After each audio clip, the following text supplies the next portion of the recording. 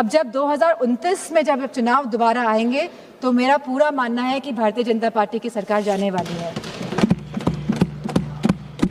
और कल home minister साहब ने भी ये बात कही है कि जनगणना कराएंगे। अभी वो घरों की गिनती कर रहे हैं, पिछले 3 सालों में खाली वो घरों की गिनती कर पाए हैं। जिस तरह हाथरस कांड हुआ, जिस तरह भारतीय जनता पार्टी के जो एमएलए सेगर जी का जो पूरा कांड हुआ, और लगातार जो उत्तराखंड में कांड हुआ, जब हमारे सांसद ने एक कविता कह दी तब तो विपक्ष दल की सब सांसदें खड़ी हो गई, उनका विरोध करने लगी। भरपूर तरीके से इन लोगों ने विरोध किया, लेकिन जब मणिपुर की घटना हुई तो कोई भी भारतीय जनता पार्टी के महिला सांसद खड़ी नहीं हुए। जब उत्तराखंड में 19 साल की लड़की को मार दिया गया, अंकिता भंडारी को, तब भारतीय जनता पार्टी की कोई भी महिला सांसद खड़ी नहीं हुई। पुरुषों से तो हमें उपेक्षा नहीं है, लेकिन कम से कम महिलाओं से तो हम ये उम्मीद करते हैं कि वो एटलीस्ट महिलाओं के लिए तो खड़ी हों। 2024 में जब भारतीय जनता पार्टी की सरकार आई और पूर्ण बहुमत की सरकार नहीं पा पाई, सहयोगों के साथ लाई गई ये सरकार, तो जब ये सरकार आई तो 2024 में ही आपने जनगणना क्यों नहीं शुरू कराई? हमारा सवाल ये है। आपने लगभग 2.5 साल निकाल दिए, आपने जनगणना नहीं कराई, क्योंकि अगर जनगणना हो जाती तो आज हम परिसीमन की स्टेज में होते और आरक्षण 2029 तक लागू हो जाता। लेकिन आपकी मंशा ही नहीं थी कि 2029 पे महिलाएं आए और इस सदन में बैठे।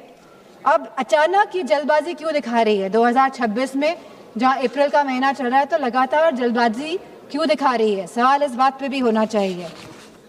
तो ये सरकार जल्दबाजी, जो हम समाजवादी पार्टी का मानना है, वह इसीलिए दिखा रही है क्योंकि ये जो डिलिमिटेशन है, जो ये पूरी एक्सरसाइज है, ये सरकार एक हथियार के रूप में प्रयोग करना चाहती है खुद को सशक्त करने के लिए।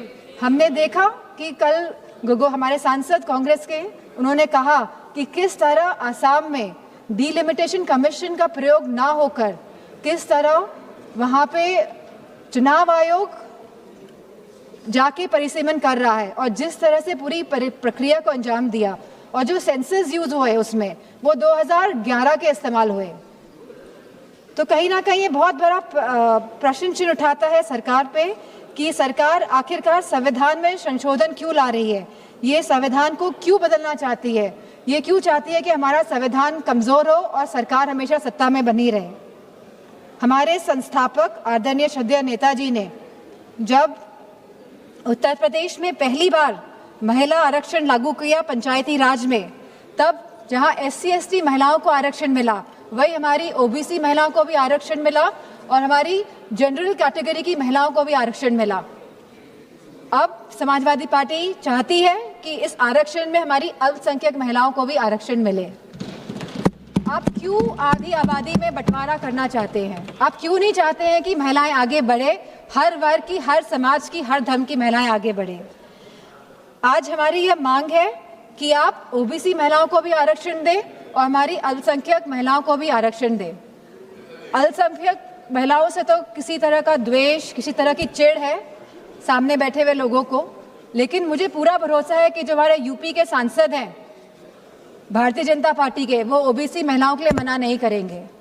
तो वाकई में अगर आपको संशोधन लाना था, अगर आपको कॉन्स्टिट्यूशनल अमेंडमेंट करना था, तो आप इस बात का अमेंडमेंट करते कि आप OBC महिलाओं को आरक्षण देने का काम करेंगे।